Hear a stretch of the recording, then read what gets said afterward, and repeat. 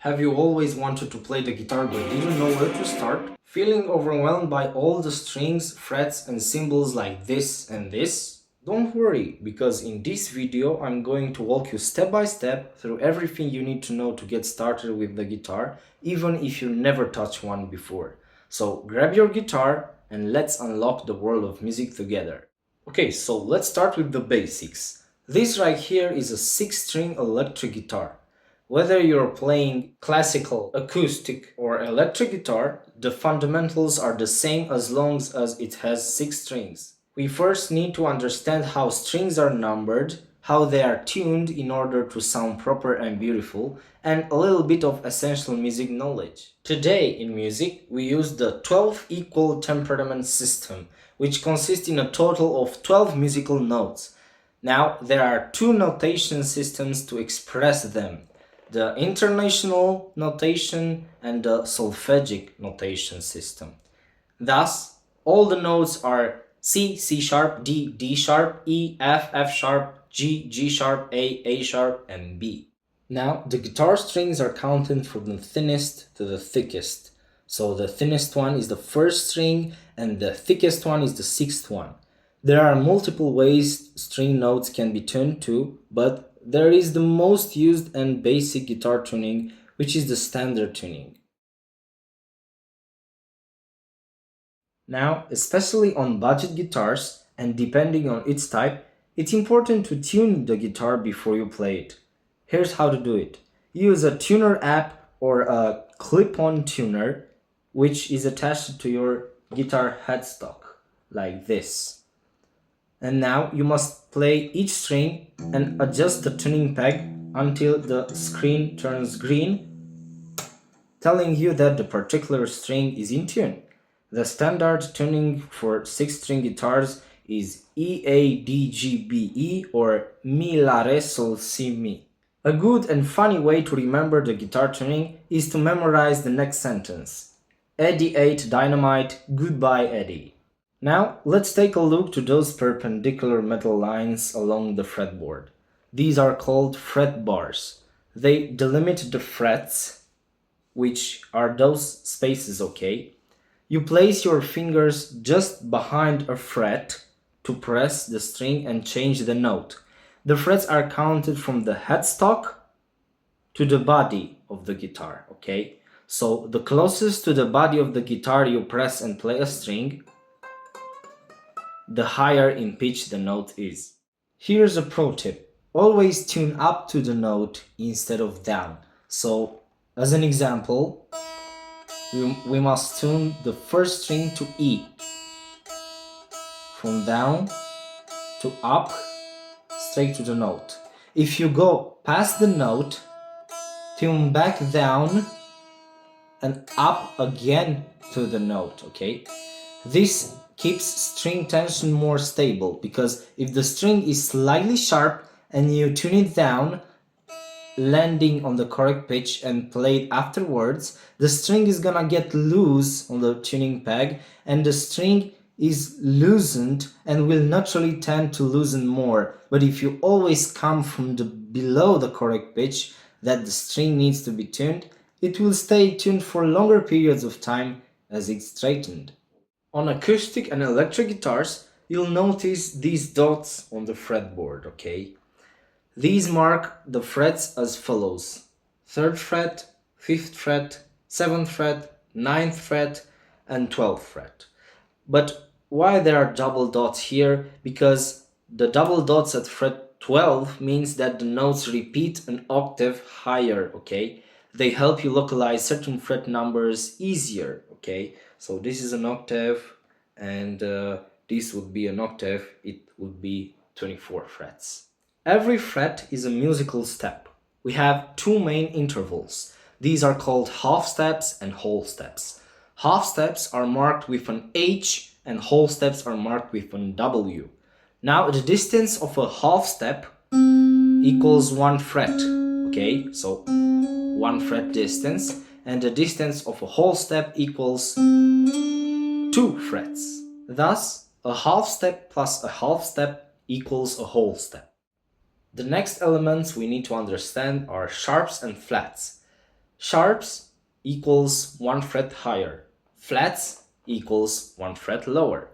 So the sharps roll is to higher a note by a half step, and the flats roll is to lower it by a half step. Now, as we know these terms, we now understand and remember why some notes have those signs after them, okay? C has C sharp, D, D sharp, and etc. Those are the black keys on a piano. It's important to understand that there is no sharp between E and F, or between B and C, because these are natural half steps, as on the piano, where music theory is better and originally understood, we don't have any black keys that separates them. These are must-know things in guitar world that helps you understand the basics and the foundation of what guitar is. Now we need to dive further into how to play chords and other cool things, but before we do, please make sure to subscribe to this channel in order to find more guitar lessons like this and to learn how to play your favorite songs. Now we're gonna talk about some basic tips and things that every guitar player needs to do correctly. Proper finger placement. Keep your fingers curved instead of flat so you can have a better grip and efficient approach, okay? Press right behind the fret and not on top of the fret, okay? And it's important here to not apply too much pressure, okay? Because the string would heighten in in pitch, okay? Because pressing the string as closest to the metal fret, closest to the guitar body, will result in an easy, stressless string fretting, okay? So the correct way and the wrong way. As you can hear, the string is buzzing and I need to press really hard for the string to don't buzz, okay? There are two types of picking techniques, downstrokes and upstrokes. Now, obviously, when you play with a pick, for downstrokes you must pick the string with the pick facing upwards, okay? Like this. And for upstrokes, obviously you need to pick with the string facing downwards, like this, okay? Alternate picking means down, up picking motion, alternating between downstrokes and upstrokes. Now, let's see a simple practice exercise, which is called the spider exercise, where we play a range of 4 frets using fingers 1 to 4, so index to pinky. Now, it's best to start doing this exercise from fret 12 to fret 15, okay? Just like this. Then from fret 7 to fret 10.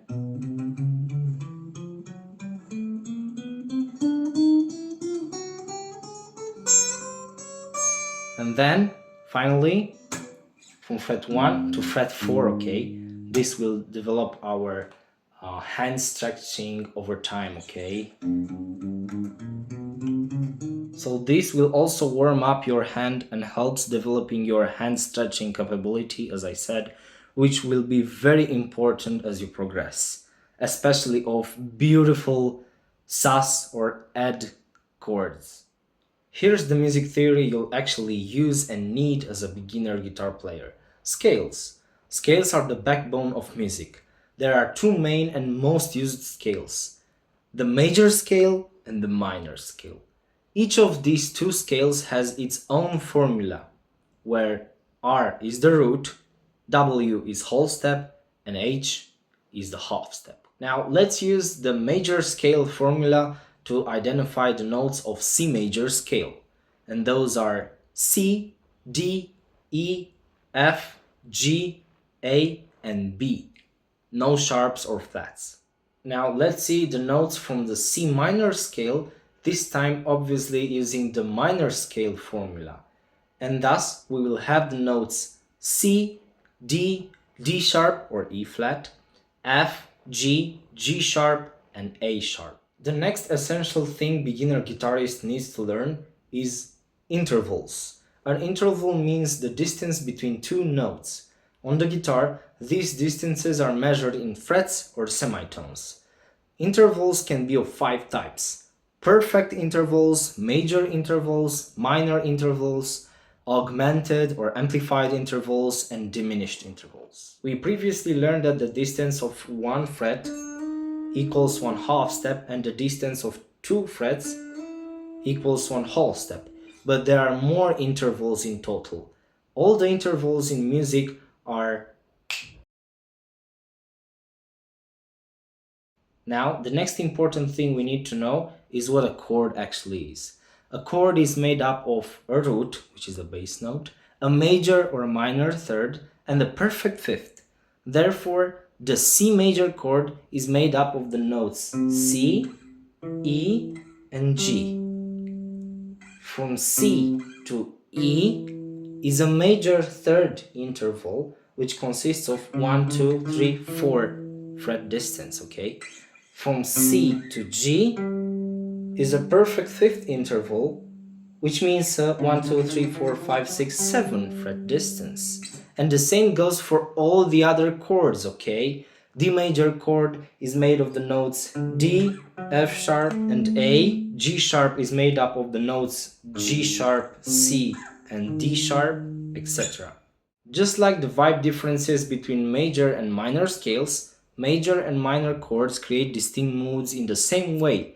Major chords produce a bright, happy sound, while minor chords evoke a sadder, more emotional feel, okay? Don't worry if that sounds too complex. Just knowing these building blocks shape the music you play and let you better understand the music. Now, let's learn some very simple chords. A major, D major, and E major. A major is played with the first string on second fret, fourth string, second finger on second fret, third string, and third finger on second fret also second string. D major chord is played with first finger on second fret, third string, second finger on second fret, first string, and third finger on third fret, second string. And finally, E major chord is played with the first finger on first fret, third string, second finger on second fret, fifth string, and third finger on fourth string, second fret.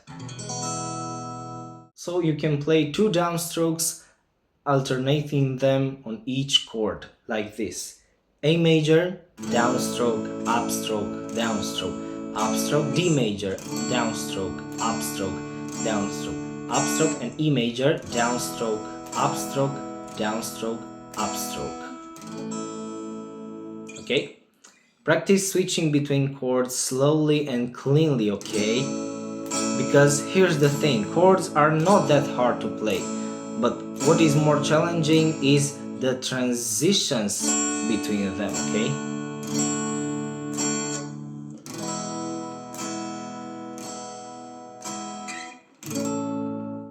Set tiny, achievable goals. Practice 50-20 minutes a day, consistently, okay? Recording your progress, watch yourself improving. Don't compare yourself to pros, everyone starts from zero. Congrats, you've just taken your first step into the world of guitar. Now you understand the anatomy of the instrument, how to tune it, play a few chords, and even some music theory.